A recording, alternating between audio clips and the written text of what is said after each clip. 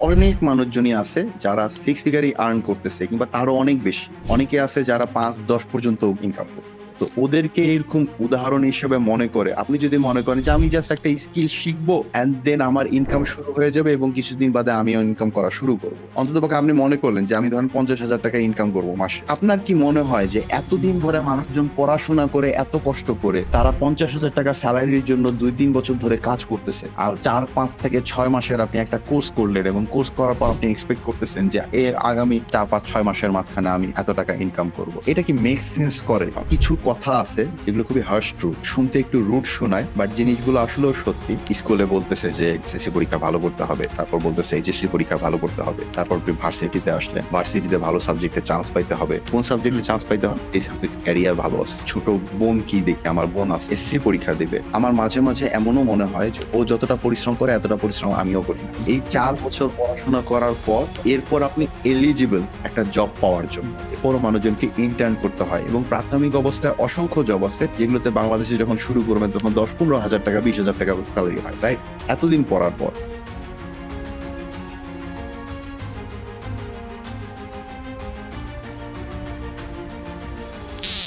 Welcome আমাদের first পডকাস্টে, আমার লাইফের first podcast. And I think আমার সাথে যে আজকে আছে ভাইয়ারও গেস্ট হিসেবে লাইফের ফার্স্ট পডকাস্ট। তো দুইজনই একদম নতুন মানুষ, তো অনেক ভুলচুক হবে, তো সেই ভুলচুক মাফ।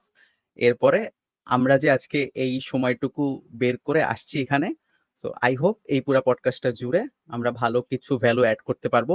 যারা বা যে এই পডকাস্টটা দেখবে শুরু থেকে শেষ পর্যন্ত, তাদের যেন এই সময়টা ওয়েস্ট না যায়, তারা যেন ভালো কিছু গেট ব্যাক করে, সেটাই আমরা করব। সো আমি প্রথমে একটু বলে রাখি আজকের পডকাস্টটা তাদের জন্য যারা প্রথমত অনলাইন জগতে কিছু একটা করতে চায়, অনলাইন স্কিল কিছু একটা শিখতে চায়, এবং যারা এসিও নিয়েই কাজ করবে ভাবছে, এসিওতে একদম বিগিনিং এ আছে। সো আপনি যদি এসিও না বুঝে থাকেন তাও আপনি দেখতে পারেন, কারণ আমরা এসিও নিয়ে আলোচনা করব এবং ভেঙে ভেঙে আলোচনা করব।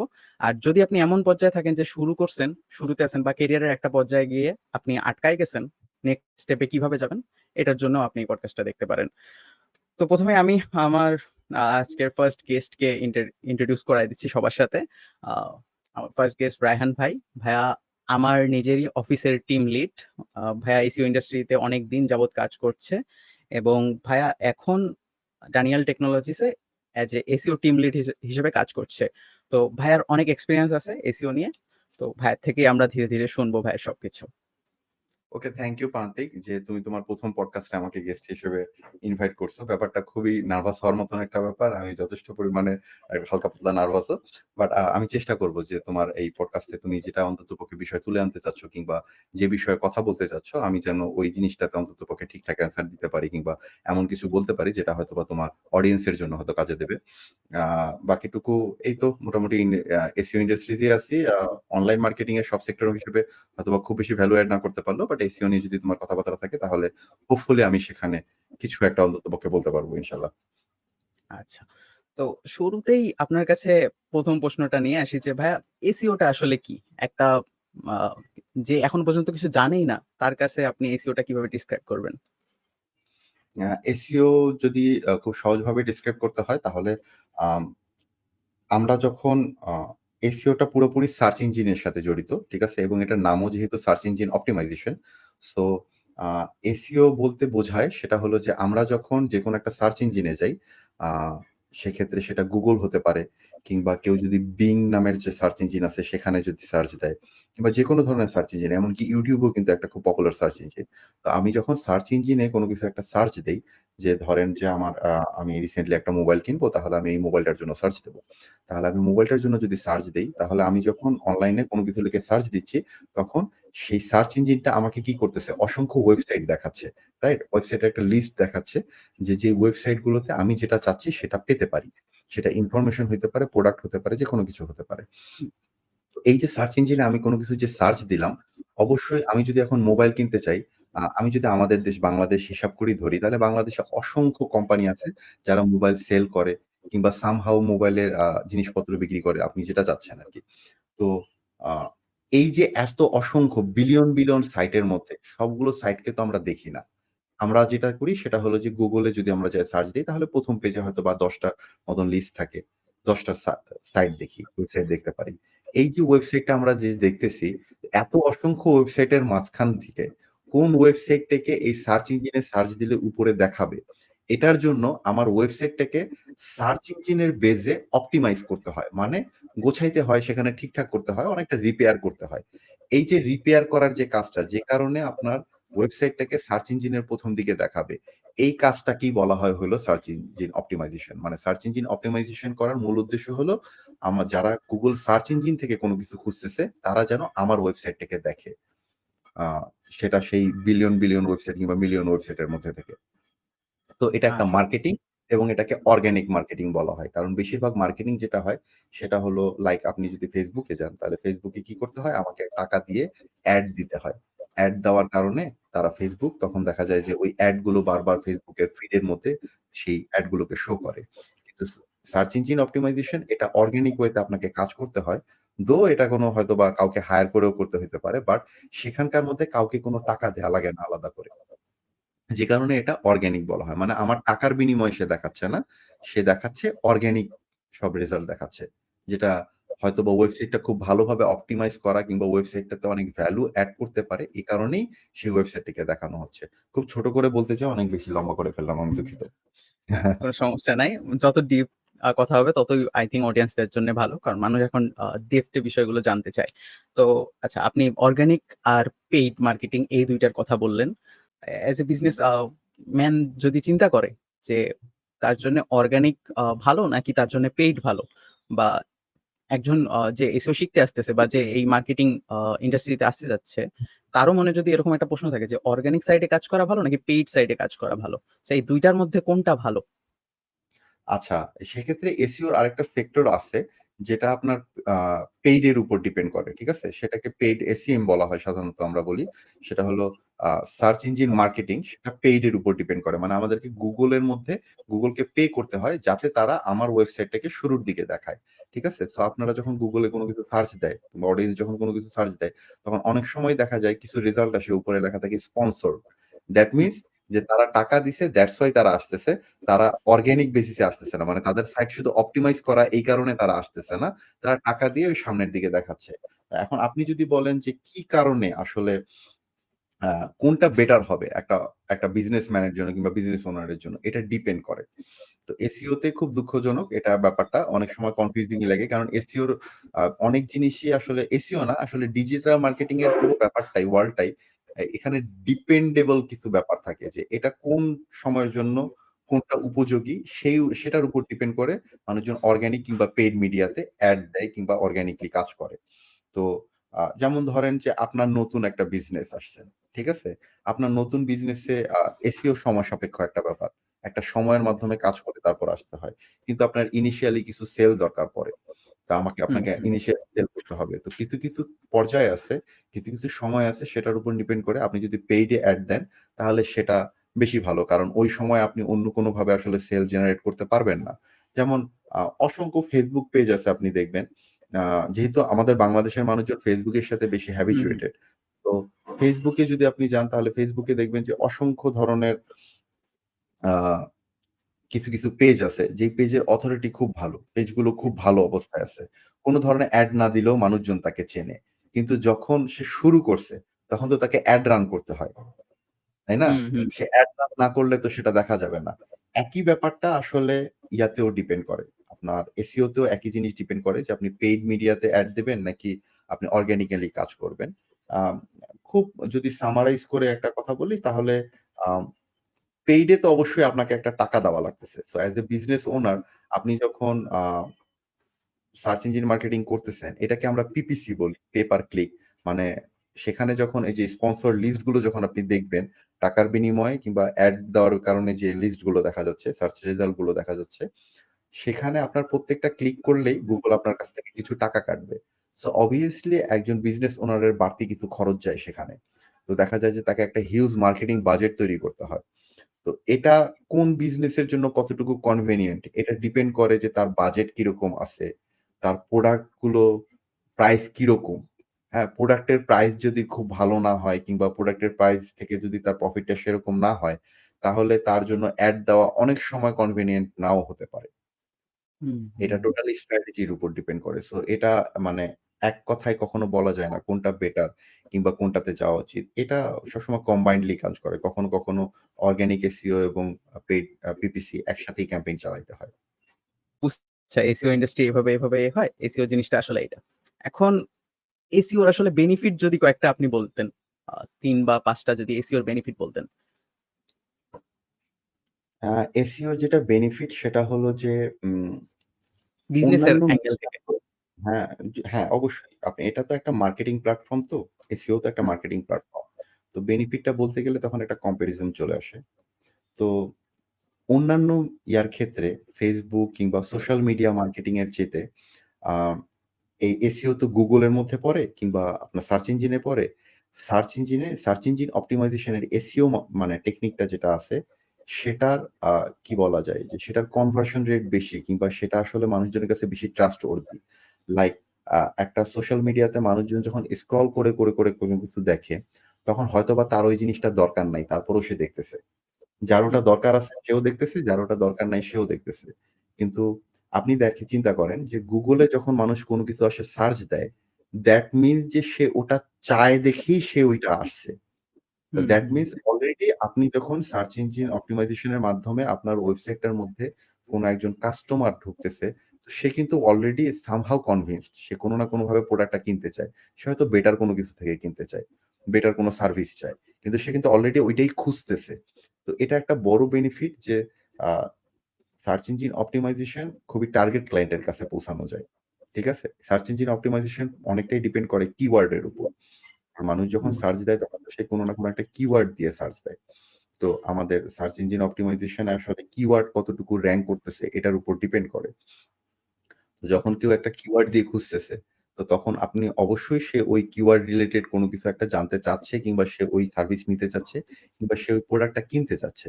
তো সে অলরেডি সামহাউ কিন্তু ওইটার ব্যাপারে একটা ডিসিশন এ আসছে। সে কিন্তু এমনিতেই র‍্যান্ডম কোন কোল্ড লিড না। কিংবা র‍্যান্ডম কোন কাস্টমার না। মানে সে হয়তোবা কাস্টমারও না, এরকম মানুষজনের কাছে রিচ করতেছি তা কিন্তু না। আপনি কিন্তু জায়গা মতো যায় রিচ করা হচ্ছে। তো এটা এসইও এর একটা বড় বেনিফিট যে এটা টার্গেট ক্লায়েন্টের কাছে পৌঁছায়। দ্বিতীয়টা হলো এসইও তে কস্ট কম। কস্ট কম? আসলে অন্যান্য মিডিয়ার চাইতে এসইও তে কস্ট কম। আপনি যদি অন্যান্য ব্র্যান্ডিং এ যান, আপনি যদি আই মিন ট্র্যাডিশনাল মার্কেটিং ও ধরেন, আপনি যদি একটা ব্র্যান্ডকে বিল্ড করতে চান, তাহলে একটা ব্র্যান্ডকে বিল্ড করার জন্য আপনাকে অসংখ্য জায়গায় টাকা খরচ করতে হয়। অ্যাডভার্টাইজিং মিডিয়াতে টাকা খরচ করতে হয়। অনেকে যারা আ মানে ফিজিক্যাল বিজনেস আছে তারা দেখা যায় বিলবোর্ড করতেছে কিংবা বড় ইভেন্ট এবং অ্যাক্টিভেশন প্রোগ্রাম করতেছে। কিংবা তারা Facebook এ প্রচুর পরিমাণে অ্যাড দিচ্ছে। Facebook এ যদি আপনি অ্যাড দিচ্ছেন তাহলে যায়া দেখবেন যে অসংখ্য বিজনেস আছে যারা হয়তোবা ডেইলি $১,০০০ পর্যন্ত অ্যাড দিয়ে দিচ্ছে কিংবা $১০০ ও যদি ডেইলি অ্যাড দেয় তাহলে মাসে $৩,০০০ পর্যন্ত অ্যাড দিচ্ছে। যেই মুহূর্তে আপনি অ্যাড বন্ধ করলেন তখন কিন্তু আপনার অ্যাড চলতেছে না। কিন্তু এসইও কিন্তু ওরকম না। এসইও তে কাজ করতে হইলে দেখা যায় যে সেই রেটটা অনেক কম আসে। কিন্তু সেখানে একটা কনস আছে। এসইও সময় সাপেক্ষ ব্যাপার। এসইও রেজাল্ট আসতে সময় নেয়। সো এসইও হলো লং টার্ম ইনভেস্টমেন্ট এর একটা জিনিস। যে আপনি লং টার্ম ইনভেস্ট করবেন, আপনার ওয়েবসাইটের একটা অথরিটি থাকবে। ওয়েবসাইটের ভিজিবিলিটি বেড়ে যাবে এবং এটা খুব দ্রুত যেরকম গেইন করা যায় না, খুব দ্রুত মানুষ লুজও করে না। ধাপ হুম, করে হারায় যায়। মানে যেটা এড এ হয়। আপনি এড বন্ধ করে দিচ্ছেন, আপনার টাকা শেষ, আপনার এডও নাই। নাই, নগদের উপর নাই হয়ে গেছে। কিন্তু এটা ওরকম না। এটা দীর্ঘ সময় পর্যন্ত আপনি ফলাফলটা পাবেন। এটা একটা এসইও র বেনিফিট। আম এসইওর এছাড়া অন্যান্য বেনিফিট গুলোর মধ্যে যদি বলেন তাহলে এসইও এরও কয়েকটা সেক্টর আছে। যেমন লোকাল এসইও একটা আছে। যেখানে আপনি ওই যে Google ম্যাপের মধ্যে লিস্ট দেখতে পারবেন। যে আ আমি ফিজিক্যাল স্টোর খুঁজতেছি। লাইক ধরেন সিম্পলি আমি গত পরশুদিন যখন চুল কাটবো, তো আমি এই এলাকায় খুব বেশি দিন হয়নি আসছি। তো আমি ভালো সেলুন খোঁজার জন্য কিন্তু সেলুন লিখে মানে সার্চ দিছি যে সেলুন নিয়ার মি অথবা বেস্ট সেলুন নিয়ার মি এরকম কোনো কিছু একটা দিয়ে সার্চ দিছি। তো এই জিনিসগুলোর কনভার্সন রেট অনেক হাই হয়। এমন বলা হয় যে যারা লোকাল এই ম্যাপ গুলো দেখতে চায়, তো তখন দেখা যায় যে এদের মধ্যে যদি ১০০ জন সার্চ করে, তাদের মধ্যে ৫০ জন ওই ফিজিক্যাল স্টোরটা ভিজিট করে। হুম, স্ট্যাটিস্টিকস হুম। এটাই বলে যে 50% ভিজিট করে। যেটা কিন্তু খুবই রেয়ার। কোন মার্কেটিং এ এত হিউজ পরিমাণে কনভার্সন থাকে না। যে আপনি খোঁজ 50% করতেছেন, কনভার্সন রেট। হুম, করতেছেন। সো এই জিনিসটা খুব একটা থাকে না। তো এটা একটা Facebook এর সরি এসইও এর একটা এসইওর। বড় বেনিফিট। এসইও এর একটা বড় বেনিফিট। আর SEO তে ট্রাস্ট বেশি ভালো গেইন করা যায়। ট্রাস্ট। ট্রাস্ট অনেক গেইন করা যায়। কারণ আপনি মিলিয়ন ওয়েবসাইটকে মানে বিট করে কিওয়ার্ডের জন্য ওই সামনের পেজে আসছেন। obviously you are something that's why আপনি উপরে আসছেন। এবং Google ও কিন্তু এমনি দেখাবে না। আপনার বিজনেসের মিনিমাম তারা আপনাদের রিলায়েবল হইতে হবে। তারপরেই কিন্তু Google ওটা দেখাবে। সো এটা ট্রাস্টওয়ার্দি। মানুষজন ট্রাস্ট করে। ওকে। আচ্ছা। তো আমরা SEO র যে বেনিফিট গুলো আছে একটা বিজনেস পার্সপেক্টিভ থেকে, তো আপনি যদি SEO ফিল্ডে আসেন, তো আপনি একটা বিজনেসের কিভাবে ভ্যালু এড করতে পারেন, এইগুলা যখন আপনি আপনার ক্লায়েন্টকে বুঝাবেন যে আপনি SEO করেন, আপনার বিজনেসে এই বেনিফিট গুলা জেনারেট হতে থাকবে। সো এই যে বেনিফিট গুলাই আমরা শুনলাম ভাইয়ার থেকে এখন। আচ্ছা, এবার ভাইয়ার একটু পার্সোনাল লাইফের দিকে যাই। পার্সোনাল লাইফ বলতে ভাইয়ার SEO র জার্নি নিয়ে, যে ভাইয়া কিভাবে SEO জার্নিতে আসেন এবং আপনি যে অনেক বছর ধরে এই ফিল্ডে আছেন, তো ওই অত আগের সময় কিভাবে বের করলেন যে এইরকম একটা মার্কেটিং ফিল্ড আছে, এখানেও আপনি ইয়ে করতে পারবেন? এটা কিন্তু আমার খুব বেশি সময় হইছে যে তা না। কারণ আমাদের আশেপাশেই আমাদের যে বড় ভাইয়েরা আছে কিংবা আমাদের যারা সিনিয়ররা আছে, আমাদের দেশে এখন পর্যন্ত ১০, ১২ বছর, ১৪ বছর, ১৫ বছর পর্যন্ত এসইও র ফিল্ডে আছে। এরকম মানুষের সংখ্যা অসংখ্য। সেই তুলনায় আমার বয়স আসলে এসইও ফিল্ডে খুবই কম। আমার ব্যাপারটা হয়েছিল আসলে প্যান্ডেমিক এর আগে। আ আসলে ট্র্যাডিশনাল মার্কেটিং এর যে অবস্থা, আসলে সেটা খুব একটা ভালো মনে হচ্ছিল না কিংবা আমি আসলে ভালো করতে পারতেছিলাম না। আসলে কোন মার্কেটিং এ দোষ দেওয়ার কোন কিছু নেই। প্রত্যেকটা ফিল্ডেই মানুষজন ভালো করতেছে। আমি ভালো করতে পারতেছিলাম না। সো আমার কাছে মনে হচ্ছিল যে না এটাতে হচ্ছে না। তো তখন আ আর প্যান্ডেমিক এর সময় এসে যেটা দেখা গেল যে ট্র্যাডিশনাল মার্কেটিং ফল করে। অনেক মার্কেটিং চ্যানেল ওই মুহূর্তে বন্ধ। আপনি কিছু করতে পারতেছেন না। মার্কেটিং করার কিচ্ছু নাই। কারণ আমি হুম, অ্যাডভার্টাইজিং এজেন্সিতে ছিলাম। তো দেখা যাচ্ছে যে আপনার অনেক জায়গায় দেখা গেছে যে এই যে ইভেন্টস অ্যাক্টিভেশন এই ধরনের যে কাজগুলো হয়, এই কাজগুলো বন্ধ হয়ে যাচ্ছিল। তাই না? তো আচ্ছা, এরকম একটা হুম, অবস্থায় মনে হচ্ছিল যে মার্কেটিং এর অবস্থাটা খুব একটা ভালো না। কিন্তু ডিজিটাল মার্কেটিং কিন্তু ওই সময় প্রচুর বুম করে। তো এবং এটা তো এখনো আমরা দেখতেছি। এমনকি যারা আগে দেখা গেছে যে টিভিতে এড দেওয়ার পেছনে বেশি খরচ করত, তাদেরও দেখবেন যে এখন Facebook এ তারা এড বেশি দেয়। তাই না? তো হুম, হুম, বোঝাই যাচ্ছে ডিজিটাল মার্কেটিং অনেক বেশি বুম করবে এবং এটাতে ফিউচার অনেক বেশি ভালো আছে। এবং এটা ইফেক্টিভ ও বেশি। কারণ মানুষ এখন টিভি একটা দেখে না। এবং তারা ওর চাইতে বেশি ডিভাইসের মধ্যে থাকে। সো এইসব কারণে আমার কাছে মনে হইছে যে আমি কোন একটা ফিল্ডে আসতে চাই। যেহেতু আমার আগের মার্কেটিং নলেজ আছে। সো আমি মার্কেটিং নলেজটাকে যদি আমি আম মার্কেটিং এরই কোনো একটা কাজে ডিজিটাল প্ল্যাটফর্ম এ আমি খাটাই, তাহলে সেটা একটা মানে আমার আগের এক্সপেরিয়েন্স টাও ভ্যালু এড করবে। কারণ যখন শুরু করছি তখন কিন্তু অনেকটা আবার 0 থেকে গ্র্যাজুয়ালি শুরু করা লাগছে।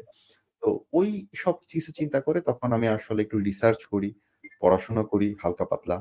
আ টুকটাক ভিডিও-টিডিও দেখি এবং ডিজিটাল মার্কেটিং ছিল ১ম ইন্টারেস্ট। সো ডিজিটাল মার্কেটিং এর ব্যাপারে আমি ২ একটা কোর্স করে তারপর ডিসিশন নিই যে হ্যাঁ, এসইও টা সবথেকে বেটার হবে। এটা একটু ক্রিটিক্যাল একটা স্কিল এবং এই স্কিল এবং এটা আমার কাছে মনে হয় যে এটা যেকোনো কেউ যদি আসলে অনলাইন প্ল্যাটফর্ম এর মাধ্যমে ইনকাম করবে কিংবা এই সেক্টর গুলোতে আসতে চায়, তাদের জন্য এটা একটা ভাইটাল পয়েন্ট।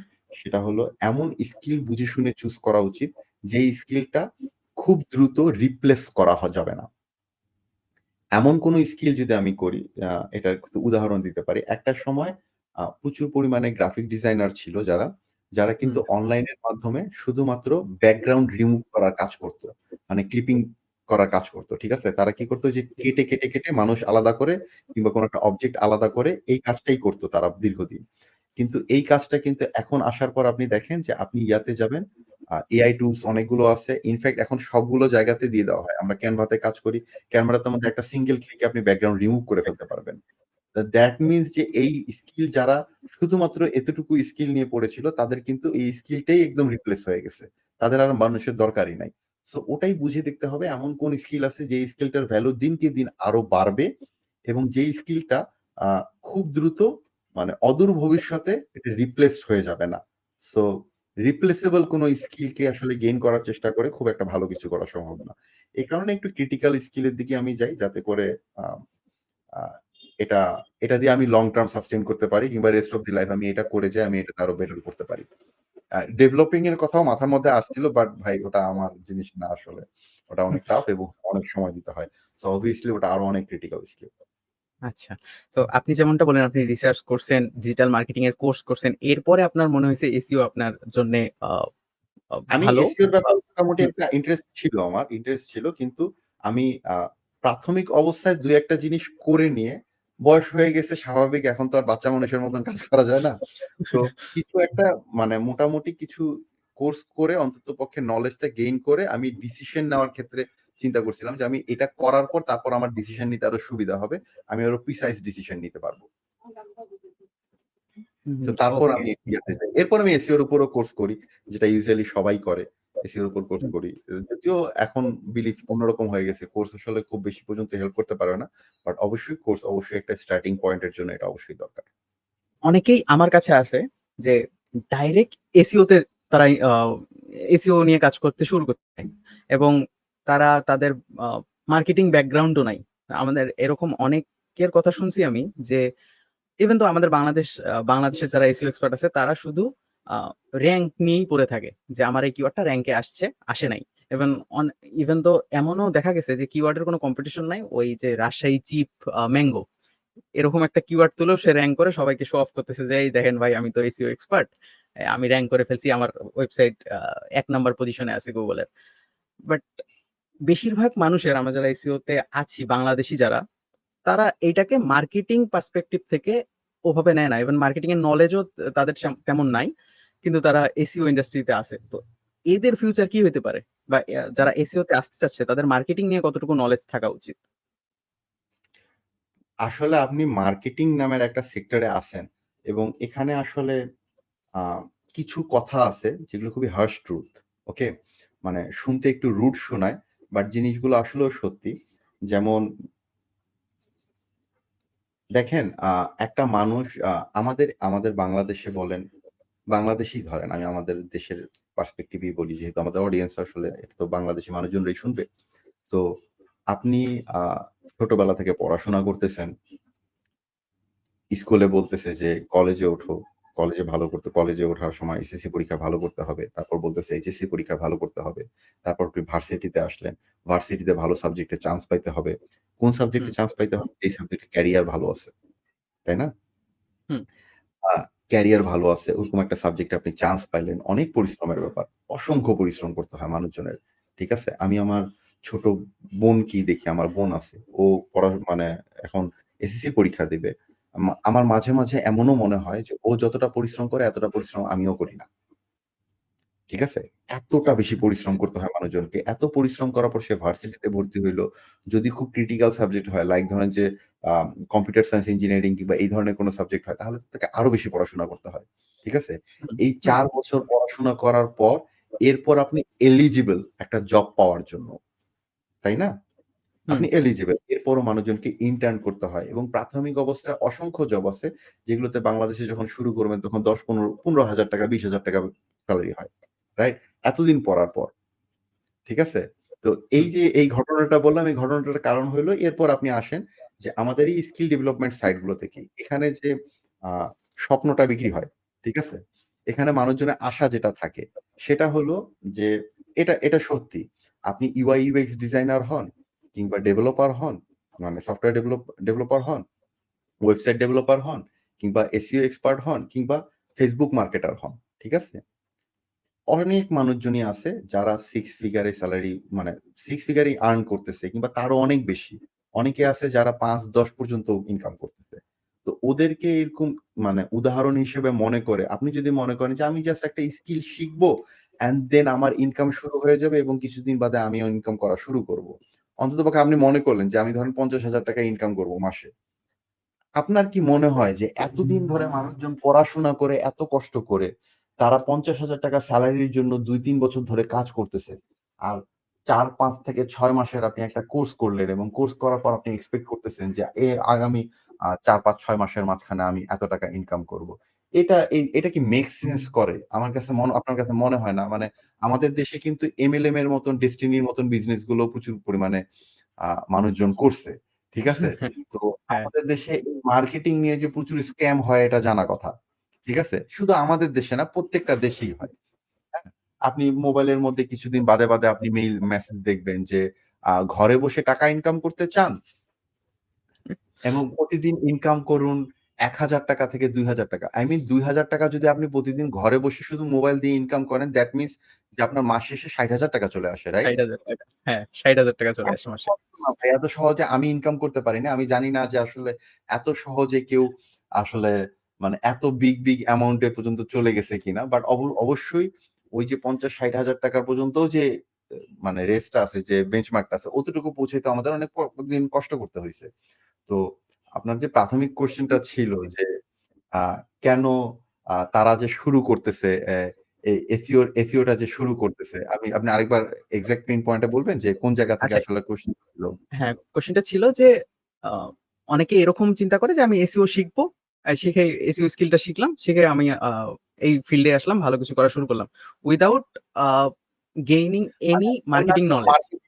মার্কেটিং নলেজ গুলো না থাকার কারণে কিছু মানুষজন কিওয়ার্ড গুলোকে অন্যভাবে দেখাচ্ছে। তো হুম, এরকম আসলে মানে জিনিস বেচার জন্য, কোনো কিছু বেচার জন্য মানুষজনের মিথ্যা কথা অনেক সময় থাকে। তো ওই জিনিসগুলোতে ফোকাস না করে আমাদের উচিত আসলে যে আ যেমন দেখেন একটা বিজনেস ওনার যখন কোনো কিছু করে তার কাছে জিনিসপত্রগুলো খুব ইজি থাকে। মানে অন্য মানুষজন যারা দেখতেছে তারা হয়তোবা অনেক কিছুতে প্রতারিত হয়ে যায়। কিন্তু আপনি যখন বলতেছেন যে আমি কিওয়ার্ড র‍্যাংক করাইছি। সো আমি একজনের সাথে একজনের কাজ করব। না ভাই, বিজনেস ওনার কেউই এত বোকা হয় না। ঠিক আছে? Hmm, if he will give you money then obviously সে ওটার একটা রিটার্ন চাবে। ঠিক আছে? হ্যাঁ, আদারওয়াইজ আমি তোমাকে টাকা কেন দেব? রাইট? অ্যান্ড এটা একটা মানুষেরও উচিত না। আমি যদি কারো কাছ থেকে টাকা নেই, দ্যাট মিনস আমাকে তাকে কোন না কোন একটা ভ্যালু প্রোভাইড করতে হবে। তার বিজনেসের প্রফিট এনে দিতে হবে। আদারওয়াইজ সে আমাকে কেন টাকা দেবে? অযথা। আমি যে শুধুমাত্র সুন্দর করে কথা বলব এটার জন্য তো কেউ টাকা দেবে না। একদমই। সো সো পয়েন্টটা আ আসলে ওই জায়গায় হুম, যে কেউ বলবে যে আমি এই করতেছি, কেউ বলতে পারে যে আমি ওই করতেছি। এটা তাদের চয়েস। এটা মানে তাদের ব্যাপারে আসলে কোন কিছু বলার নাই। বাট আসলে আ আপনার প্রফেশনাল ওয়ার্লড আসলে ওইভাবে আসলে চলে না, কিংবা এইসব জিনিস না। এক্ষেত্রে আমি বলব যে যারা এইসব দেখতেছে কিংবা এইসব দেখে কোনভাবে প্রতারিত হচ্ছে কিংবা ভুল বোঝাবুঝি হচ্ছে, আ প্রত্যেকেরই আসলে কয়েকটা জিনিস মাথায় রাখা উচিত যে আমি যদি আর্ন করতে চাই, আমি যদি প্রফেশনাল লাইফে ভালো করতে চাই, তাহলে অবশ্যই আমাকে খুব কষ্ট করতে হবে। কারণ উইথআউট কাজ করা ছাড়া কেউ টাকা দেবে না। হুম, ঠিক আছে? এবং আপনি যখন কাউকে ফলো করতেছেন কিংবা কারো কাছ থেকে শিখছেন, তখন অবশ্যই আপনার এমন কারো কাছ থেকেই শেখা উচিত যে নিজে ওই জিনিসটা খুব ভালো করতেছে। এটা একটা যদি কেউ ভালো নিজে পয়েন্ট। ভালো হুম, তাহলে হবে না। মানে আর যারা নিজে ভালো করে তারা এত বারবার করে বলবে না আমি হ্যান করছি, আমি ত্যান করছি। এটা একদম সিম্পল ব্যাপার। খুব সিম্পলি যদি বুঝতে চান যে কেউ যদি আসে খুব বেশি বলে যে আমি হ্যান করছি, আমি ত্যান করছি, তো মোস্ট প্রবাবলি হয়তোবা আ একটু ইস্যু আছে এখানে। হুম। আচ্ছা, এটা নিয়ে আমি পরে আবার আসবো। তার আগে আমি আ আপনার ১ম এর কথার একটা পার্ট নিয়ে একটু আলোচনা করতে চাচ্ছি। সেটা হচ্ছে আপনি বললেন যে স্কিল এমন শিখতে হবে যেটা মার্কেটে অনেকদিন থাকবে বা যেটা লং লাস্টিং হবে, যেটার উপর আপনি ডিপেন্ড হইতে পারবেন। এখন আ আসলে অ এসইও ইন্ডাস্ট্রিতে একটা খুব কথা মানে আমিও যখন শুরু করি সেখান থেকে আজ পর্যন্ত আমি শুনি যে এসইও এই কথাটা এসইও ইন্ডাস্ট্রিতে সবসময় শুনে আসছি। হুম। আমি সিউর আপনিও অনেকবার শুনছেন। তো এইটার ব্যাপারে আপনার পয়েন্ট অফ ভিউ কি? এসইও কি আসলেই ডেড বা ইন ফিউচার ৫ থেকে ৬ বছর পর ১০ বছর পর আসলেই কি শেষ হয়ে যাবে এটা? এই ব্যাপারে আমি যেটা বলব সেটা হলো যে মানে সোশ্যাল মিডিয়ার জামানা। অসংখ্য কথাবার্তা শুনি। অনেকেই অনেক কথাবার্তা বলে। ঠিক আছে? হুম, হুম, এত কথার দিকে তো তাকানো যাবে না। মানে আমার আমার কথা হলো যে কোন একটা রেলেভেন্ট পারসন কোন কিছু একটা বলতেছে কিনা। ঠিক আছে? হুম, তো কথাটা কে বলতেছে? সে কতটুকু বুঝে বলতেছে? সে ওই জিনিসটা বলার মতন আসলে তার নলেজ কতটুকু আছে? এটা যদি মানে বলে তাহলে একটা ব্যাপার থাকে। এসইও এত সহজে ডেড হবে না। এটা আমার একদম সিম্পল আমার নিজের মতামত। এত সহজে ডেড হবে না মানে আগামী আরো ৪০-৫০ আরো ৪০-৫০ বছর পর্যন্ত যাব না। কারণ ওয়ার্লড ইস মুভিং ভেরি ফাস্ট। আমরা বলতে হুম, পারি না। ২ দিন আগে আমরা বলতে পারতাম না যে আজকে বাংলাদেশের এই অবস্থা হবে। বাট বাংলাদেশ রিসেন্টলি খুবই একটা চমৎকার, মানে ইন্টারেস্টিং চমৎকার আসলে হবে কি হবে না এটা ডিপেন্ড করবে। বাট খুব ইন্টারেস্টিং একটা ফেজ এর মধ্যে দিয়ে যাচ্ছে। একই রকমভাবে এটাও বলা যায় না যে ৪০-৫০ বছর বাদে কি হবে? ৪০-৫০ বছর বাদে টেকনোলজি ভয়ংকর রকমের আপগ্রেড করতে পারে, যেটা আমাদের চিন্তারও বাহিরে থাকতে পারে। বাট এতটুকু বলা যায় যে আগামী ১০-১৫ বছরের মধ্যে তো এসইও কিচ্ছু হবে না। ১৫-২০ বছরের মধ্যেও কিছু হবে না। এটা থাকবে। এটা এত সহজে রিপ্লেসেবল কোন কিছু না। আচ্ছা, বিগিনারদের জন্য আমি একটু বলে নেই একটা স্ট্যাট। আপনাদের কাছে শেয়ার করি সেটা হচ্ছে গুগলে প্রতি সেকেন্ডে ৯৯,০০০ সার্চ হচ্ছে। এই যে আমরা যখন কথা বলতেছি ততক্ষণে কত হাজার সার্চ হয়ে গেছে তার কোনো হিসাব থাকার কথা না। এবং প্রতিদিন 8.55 বিলিয়ন সার্চেস হচ্ছে Google-এ। তো প্রতিদিন যখন এত সার্চেস হচ্ছে এবং এটা প্রিভিয়াস ইয়ারের থেকে প্রতি বছর বাড়ছে। তো যখনই মানুষ গুগলে সার্চ করতেছে কিংবা সার্চ করতেছে, আপনি যদি আজকে গুগলও ডেড হয়ে যায়, এখন তো এআই আসতেছে, এআই আসলে অনেকেই বলে যে এই যে চ্যাট জিপিটি এসে গুগল খেয়ে দিবে হ্যান-ত্যান। তো গুগলও যদি ডেড হয়ে যায়, কোনো না কোনো জিনিসে গিয়ে আপনি কিন্তু সার্চ করবেন। আর আপনি যখন সার্চ করতেছেন, আপনার কাছে অনেকগুলো রেজাল্ট আসবে। ওই রেজাল্টের থেকে আপনাকে এই যে রিসেন্টলি সার্চ জিপিটি নামের কোনো কিছু একটা আসতেছে, এটা প্রোটোটাইপ দেওয়া হয়েছে। তো সেটাও যখন আসবে, আমি সিউর ওইখানেও র‍্যাংক করানোর কোনো কিছু না কোনো কিছু আসবে এবং এই জিনিসটা আ থেকেই যাবে। এটা আসলে ডেট কখনোই হবে না। হ্যাঁ, এসইও তাদের জন্যই ডেট যারা এসইও কখনোই বোঝে না এবং শুরুর দিকে একটা সময় ছিল হয়তোবা যেখানে কি বলবো যে ব্লাক হ্যাট এসইও করলেও আ র‍্যাংক-ট্যাংক পেয়ে যেত। কিন্তু এখন আরকি ঐসব জিনিসের জায়গা খুবই কম এবং গুগল ডেভেলপ হচ্ছে। মানুষও তত ডেভেলপ হচ্ছে। আই থিংক এসইও কখনোই ডেট হবার না। আচ্ছা, এ পর্যায়ে আমি একটু আ আপনাকে প্রশ্ন করতে চাই এটা নিয়ে যে, যেহেতু আপনি একটা এসইও লার্নিং জার্নি দিয়ে আসছেন, সো একটা বিগিনার এর জন্যে একটা রোড ম্যাপ কি হতে পারে এসইও শেখার? একজন বিগিনার এর জন্যে আমি আসলে টিচিং এ খুব একটা কাজ করিনি। তো সবাই যে আসলে টিচিং এ ভালো হয় এমনটা না। আমি এসইও নিয়েই পড়েছিলাম। বাট এসইও শেখানোর ব্যাপারে আমি খুব বেশি একটা কাজ করিনি। বাট আমি যেটা হয়, আমি নিজের সেন্স থেকে যেটা বুঝি যে সবার ১ম এ দেখা দরকার যে এই মানুষটার আগ্রহ আছে কিনা। যদি কারো আগ্রহ আছে কিনা এটাতে সবার ১ম এ একটা মানুষের ট্রাই করা উচিত। কারণ ফ্রি সোর্স থেকে অনেক কিছু শেখা যায়। ঠিক আছে? শুধু শেখা যায় না, সেগুলোর সার্টিফিকেশন ও পাওয়া যায়। সার্টিফিকেশন একটা ভ্যালু তো এড করে, একটা ভ্যালিডেশন তো দেয় যে আমি অন্ততপক্ষে এটার বেসিকটা জানি। রাইট?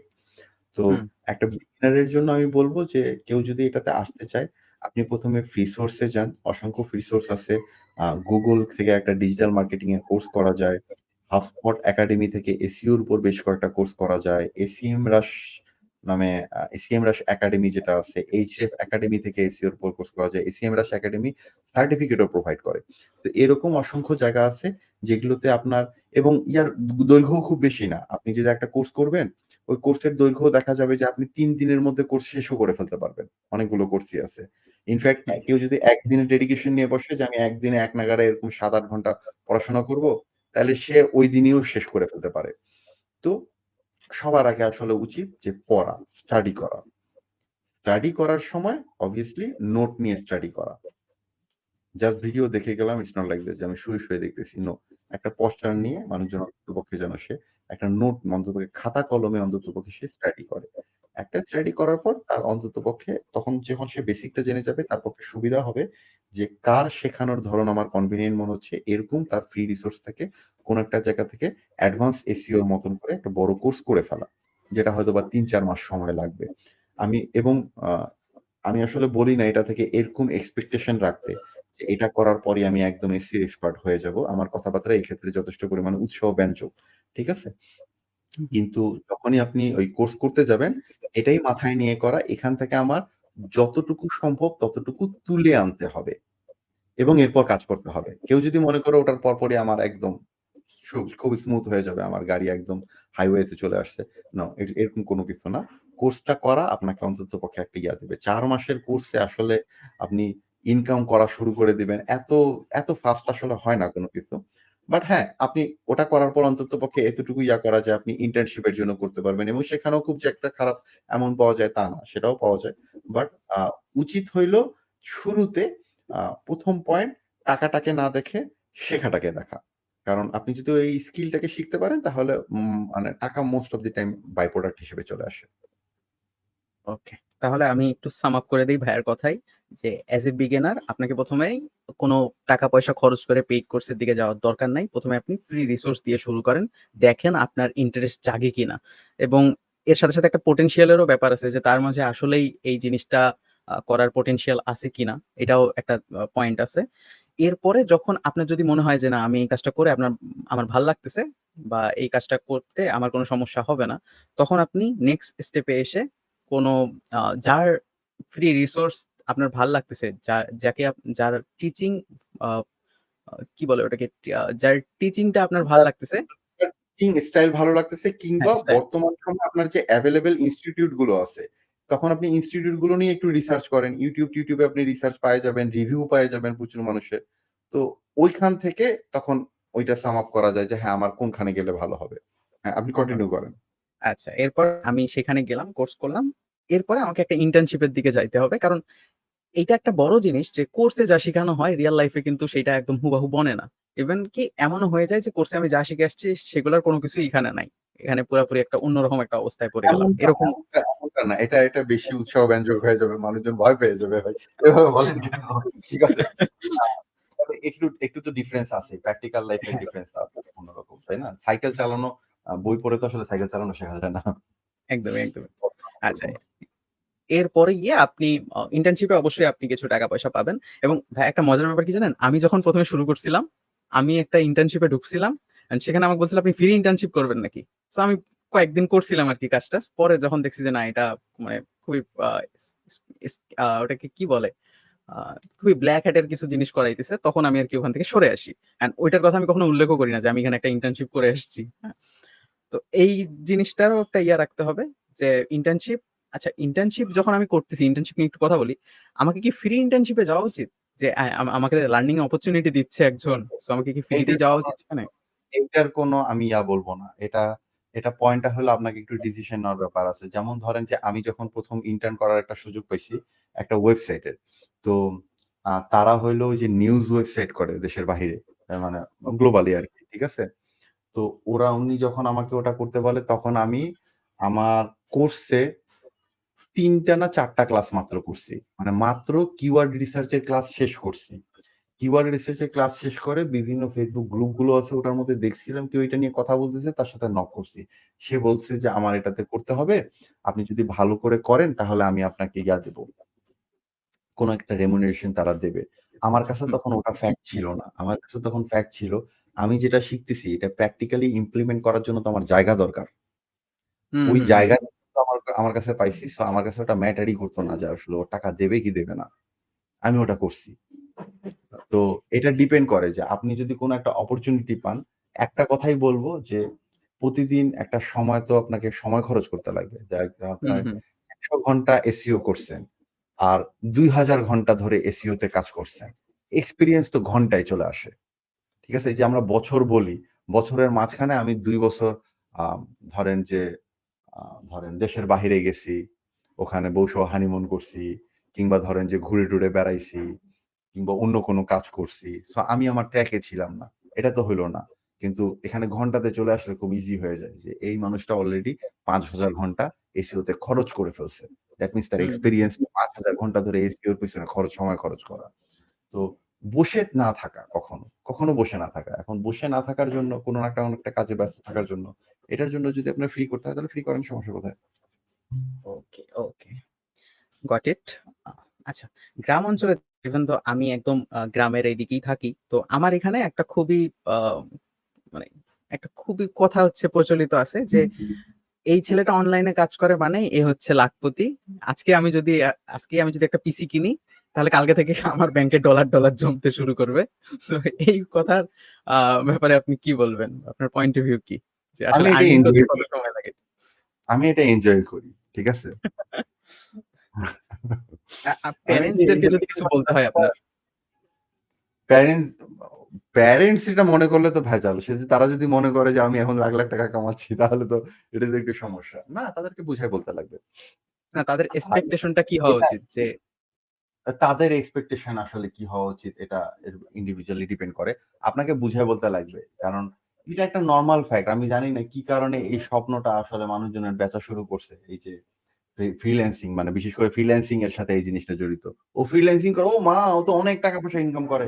এই যে একটা ধারণা যে মানুষজনের মধ্যে তৈরি হইছে, এটা আসলে মানে ফ্রিল্যান্সিং প্রফেশনটাকে প্রমোট করার জন্য শুরুর দিকে যে কাজগুলো করা হইছে, কিংবা অসংখ্য মানুষজন আছে যারা হয়তোবা তাদেরকে আমি খুব একটা সৎ বলব না। তারা এই জিনিসটাকে প্রমোট করার জন্য যেভাবে কথাবার্তা বলে, এতে করে এই ধারণাটা তৈরি হইছে। ঠিক আছে? এতে করে ধারণা তৈরি হইছে। যেমন আমরা কিন্তু এখনো মনে করি যে কেউ গার্মেন্টস এর ব্যবসা করতেছে মানে হলো যে সে তো ভাই অবশ্যই কোটিপতি। গার্মেন্টস হ্যাঁ, আছে হ্যাঁ। মানে হলো করি। কিন্তু গার্মেন্টস এর ব্যবসা করতে যেয়েও কিন্তু মানুষজনকে অসংখ্য লসের সম্মুখীন হইতে হয়। সেটাতে অনেক চ্যালেঞ্জ আসে। অনেক সময় দেখা যায় যে রাইট টাইমে পেমেন্ট আসতেছে না, কিংবা আপনি প্রোডাকশন এ আপনার মানে দেরি হয়ে গেছে, আপনি প্রোডাকশন ফেরত দিতে পারেন, আপনার পুরা টাকাটা লস। এরকম ইস্যুস কিন্তু তাদেরও থাকে। তো ভাই, যেকোনো একটা লজিক্যাল পারসনকে আপনি যদি বুঝায় বলেন, তাহলে এটা বোঝানো এমন কোনো কঠিন না। এগুলোকে আসলে চ্যালেঞ্জের মধ্যে ধরে না। এগুলো আসলে হুম, চ্যালেঞ্জ না। এগুলো হইলো মানে আপনি যদি বলেন যে মানুষজন এরকম মনে করে, এটাতে খুব বিরক্ত হয়। আপনি এত বিরক্ত হওয়ার সুযোগ কেন দেবেন মানুষজনকে? বিরক্ত করারই বা সুযোগ কেন দেবেন? আমার কাছে প্রশ্ন হলো যে এই জিনিস নিয়ে মানুষ এত বিরক্ত করার আমাকে সুযোগই বা কেন পাবে? কিংবা আমি বা বিরক্ত হওয়ার মতন মানে সময় কেন খরচ করব? যারা এই ধরনের চিন্তা ভাবনা করে তার চাইতে তো বেশি ইম্পোর্টেন্ট জিনিস আছে আমার কাজ। বেশিরভাগ মানুষজনের এই ধরনের জিনিসপত্র নিয়ে বেশি মাথা ব্যাথা থাকে আমার কাছে মনে হয়। তারা অ্যাকচুয়ালি কাজের সময় খরচ করে না। আর এইসব জায়গায় সময় খরচ করে যেসব জায়গায় এইসব নিয়ে গাল-গল্প বেশি হয়। তা ভাই, হুম, তোমার তাহলে কাজও হবে না, তোমার এগুলোও হবে না। এখানেও তোমাকে উল্টাপাল্টা কথা শোনা লাগবে। তুমি ওইদিকে টাকাও ঠিকঠাক মতো ইনকাম করতে পারবে না। ওর চাইতে যেসব জায়গায় এইসব কথাবার্তা বেশি হচ্ছে, অদ্ভুতুরে কথাবার্তা, ওই অদ্ভুতুরে কথাবার্তাতে তোমার কোনো জায়গা নাই। ওইখানে তোমার কোনো কাজও নাই। ওখানে কাজ করলে কেউ তোমার কোনো লাভও হবে না। এর চাইতে ভাই ওই টাইমটা খরচ করো। যেই জায়গাটা তোমার শেখা দরকার ওখানকার পেছনে বেশি খরচ করো, কাজে দেবে। সুন্দর, সুন্দর, সুন্দর করে ডিসক্রাইব করলেন এটা। আই হোপ এইটা শোনার পর কারো এইসব নিয়ে সমস্যা হওয়ার কথা না। আচ্ছা ভাইয়া, এসইও শেখার ক্ষেত্রে বা যেকোনো স্কিল শেখার ক্ষেত্রে আ মেন্টরস দের গুরুত্বটা কতটুকু? অনেক। আপনি একটা ভালো মেন্টরস পাইছেন মানে আপনি লাকি। সিম্পল। আচ্ছা, এটা লাক। মেন্টর আমি মতো বলি যে একটা ভালো মেন্টর পাওয়া আপনার জন্য একটা লাক। যদিও এখন চয়েস আছে যে আপনি মেন্টরদেরকে চুজ করে নিতে পারতেছেন। অনলাইনে অসংখ্য মানুষজন প্রোভাইড করতেছে। বাট আমাদের এখানে মেন্টরের সাথে স্টুডেন্টের যে রিলেশনটা আছে, কিংবা যে কনসেপ্টটা আছে, আমার কাছে আ উম আ আ আ এটা আমার সাথে মতবিরোধ থাকতে পারে। অনেকের অন্য রকমের মনে হতে পারে। আমার কাছে মনে হয় যে ওয়ান্স আমি একজনকে চুজ করছি যে আমার mentor, he is a very respectable person. Whatever he is A respectable person. তো এই যে আমাদের এখন মানুষজনের মেন্টরস এর ব্যাপারে অনেক অভিযোগও থাকে। আসলে অভিযোগ না, কারণ আমার পয়েন্ট হলো যে উনি আমার শিক্ষক, অ্যান্ড 100% উনি আমার চাইতে অনেক কিছু বেশি জানে বিধায় আমি উনার কাছে শিখতে গেছি। এখন এটা আমার রেসপনসিবিলিটির মধ্যে পড়ে উনার কাছ থেকে কিভাবে উনার জ্ঞানটাকে আমি বের করে নেব। আমি হুম, এটাকে এভাবে, যে আমার কপালে খুব ভালো মেন্টর পড়বে, এটা সবসময় এটা হয় না। মানে আমার স্কুল লাইফ কিংবা কলেজ লাইফে যদি দেখেন, তাহলে হয়তোবা ধরেন যে ৫০-৬০ জন টিচারকে আমি চিনি। অনেক কয়েকটা স্কুল চেঞ্জ করা হইছে। ধরেন ৫০-৬০ জন বা তারও বেশি টিচারকে চিনি। তাদের মধ্যে ২ থেকে ৩ জন টিচার আছে যারা ফেভারিট। কেন? তারা টিচার হিসেবে খুবই জোস। তারা মেন্টর হিসেবে খুবই জোস। এই কারণে তারা আমার ফেভারিট। এটা মোটামুটি সবারই থাকবে। এতগুলো টিচারের মধ্যে যায় যদি আপনি ১ টা ২ টা টিচার পান যারা আসলে আপনার ফেভারিট, তো এটা তো আপনি এক্সপেক্ট করতে পারেন না। তাই বলে কি আমার যা ফেভারিট না, কিংবা যে খুব বেশি পছন্দ হচ্ছে না তার কাছ থেকে আমি শিখব না? আমার দরকার শেখা। আমার অবজেক্টিভ কি? শেখা। এখানে মেন্টরস কেমন, কিংবা আ মেন্টরস এর ব্যক্তিগত লাইফ কিংবা অন্যান্য কোনো কিছু, এগুলো ম্যাটার করে না। আমার কাজ, সে আমার চাইতে বেশি জানে। সে যতটুকু জানে অতটুকু জিনিস যদি আমি কালেক্ট করে নিয়ে আসতে পারি, তাহলে সেটা আমার সার্থকতা। এখানে স্টুডেন্টের দায়িত্ব অনেকটুকু বেশি মেন্টরস এর থেকে। ওকে। সো কারণ মেন্টর মেন্টর সার্টিফিকেট পাবেন না। এটা নিয়ে অনেক স্ক্যাম চলতেছি। এটাও সত্যি। হ্যাঁ, হ্যাঁ, মেন্টর হ্যাঁ, স্টুডেন্ট চলতেছে। এইটাতেই আমি আসতাম। মেন্টর চুজ করার ক্ষেত্রে আসলে কি স্টেপ ফলো করে চুজ করা উচিত? কারণ এখন আমাদের দেশে একটা জিনিস কি ফ্রিল্যান্সার বা আ যাই বলি না কেন অনলাইন সেক্টরে কাজ করার মানুষের চেয়ে শেখানোর মানুষ অনেক বেশি। যারা অ্যাকচুয়ালি কাজ করে এরকম মানুষের সংখ্যা কম। বাট শিখাতে চায় এমন মানুষের সংখ্যা অনেক বেশি হয়ে গেছে। এই ডিসিশনটা অল্প সময়ে একদম না নেওয়া। ধুপধাপ এই ডিসিশনটা না নেওয়া। ডিসিশন নেওয়ার আগে আপনি ৪-৫ দিন সময় নেন। এবং পর্যাপ্ত পরিমাণে রিসার্চ করেন। ধরেন আমার একটা স্কিল পছন্দ হইছে, যেটা আমার স্কিল না। ধরেন আমার UI UX ডিজাইনার ডিজাইন হুম, শিখতে চাই আমি। ঠিক আছে? মানে ওয়েবসাইট কিভাবে ডিজাইন করে। এটার ইউজার ইন্টারফেস এবং ইউজার এক্সপেরিয়েন্স কিভাবে ভালো রাখা যায়, আমি UI UX ডিজাইন শিখতে চাই। এই UI UX ডিজাইন শেখার জন্য আমি ধরেন যে এখন কারো কাছ থেকে শিখব। তো আমি কোন একটা ভিডিও দেখলাম, তার কথা আমার কাছে খুব কনভিন্সিং লাগলো। সমস্যা হলো যে মানুষের কথা, সবারই কথা এখন খুব কনভিন্সিং। এটাই তো একটা প্রবলেম হয়ে গেছে। ঠিক আছে? সবারই কথা খুব কনভিন্সিং মনে হয়। তো আপনি দেখলেন। তো he is not the only one obviously, তাই হুম, না?